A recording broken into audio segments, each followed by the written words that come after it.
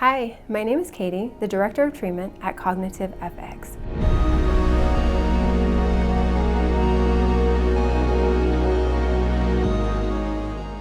Today, I would like to talk to the families and the support personnel of people who have had some sort of brain injury on how you can help them recover, how you can help assist this new journey that they're on.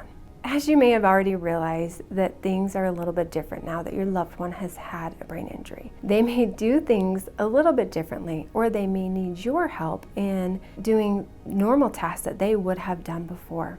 Remember though, we definitely want to help them, but we don't want to do everything for them. And I know sometimes it is hard to sit back and watch them struggle because it's so much easier just to say, oh, I got that, I can help them. But in fact, in the struggle, in them trying to do something is actually therapy themselves. My brother, he actually had a really bad brain injury when I was growing up. And I think this was the hardest thing for me to do, was to sit back and to kind of watch him and to let him figure things out on his own. But it only made things worse for him, and it made him more frustrated to have me do these things, to have me step in. So just remember that, it's okay to help them when they need, but also remember to take that moment or those times to step back and even let them fail sometimes. Now, of course, we don't want to let our brain injury patients trip and fall, right? We want to try to prevent that. But we definitely want to give them those opportunities to kind of grow from those little mistakes or grow from those struggles. Another way we can help our loved ones is to kind of break down those simple everyday tasks. If they want to go to the grocery store, why don't we start by just writing down the grocery list? And then maybe take a break for a minute before going straight into the grocery store. Writing down the list, that takes a lot out of your brain, especially if you're having problems with your executive and decision-making areas. Another great tip is to learn their triggers. This is something that I really needed to do for my brother, because little things that I would do, or a bright light or a sound, would often increase his symptoms. So learn your family members. Try to understand what increases their symptoms. We don't want to completely decrease all the lights, right? We don't want to completely decrease all those sounds. But understand and know that sometimes they are going to need a break away from those areas.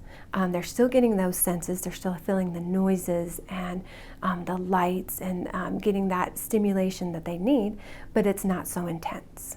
Speaking of stimulation, monitor for overstimulation. Patients have a hard time with too much sound or too much light or too much even movement. Even just me moving my hands right now probably could be bothersome for some patients. So be aware of that. If you, even at home, and you're watching TV and you notice that symptoms are starting to increase a little bit, be mindful of that and be okay to say, why don't we take a break from watching this show? Let's go get a drink of water together and we'll come back to that in a minute.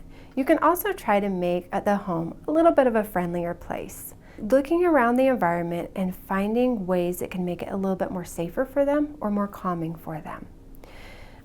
Say you have a flickering light and that's really bothersome for them, try to change it.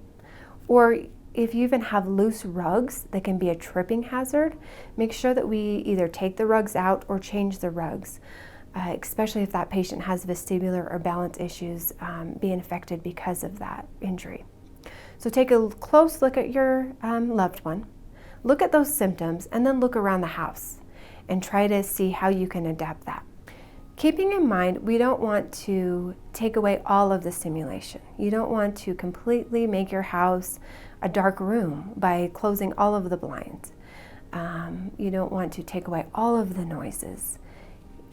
Maybe just make it a little bit more pleasant and then slowly reintroduce some of that light or slowly introduce some of those noises.